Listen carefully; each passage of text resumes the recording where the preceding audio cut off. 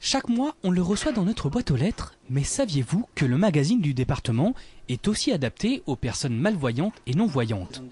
C'est au Havre, dans les locaux de l'association Point de Mire, que plusieurs bénévoles et professionnels transcrivent le document.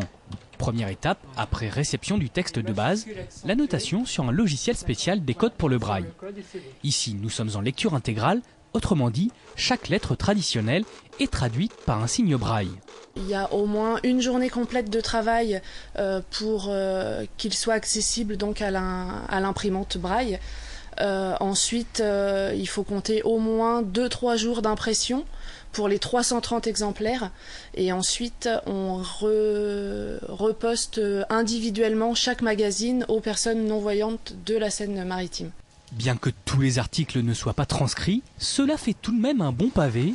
Une page écrite équivaut à 5 pages de braille. Tout le monde en France, et bien au-delà des frontières, se souvient du sourire et du rire si communicatif de l'un des plus grands acteurs français.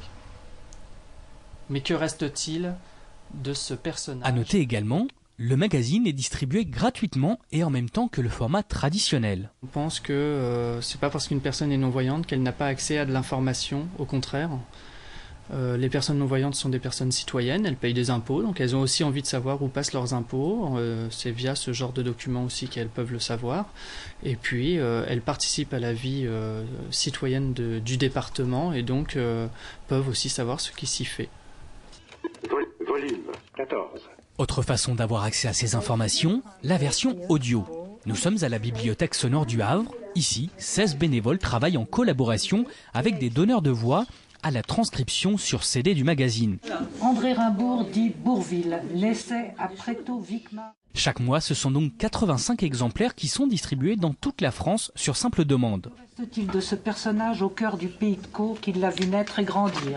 Tous les malvoyants ne savent pas lire le braille. Nous avons beaucoup de gens qui ont des dégénérescences maculaires.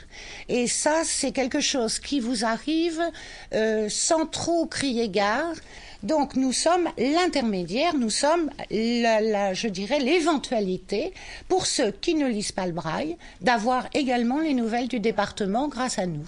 Toujours dans la même volonté de s'adresser au plus grand nombre, sachez que les assemblées plénières sont traduites et diffusées en langage sourd et muet.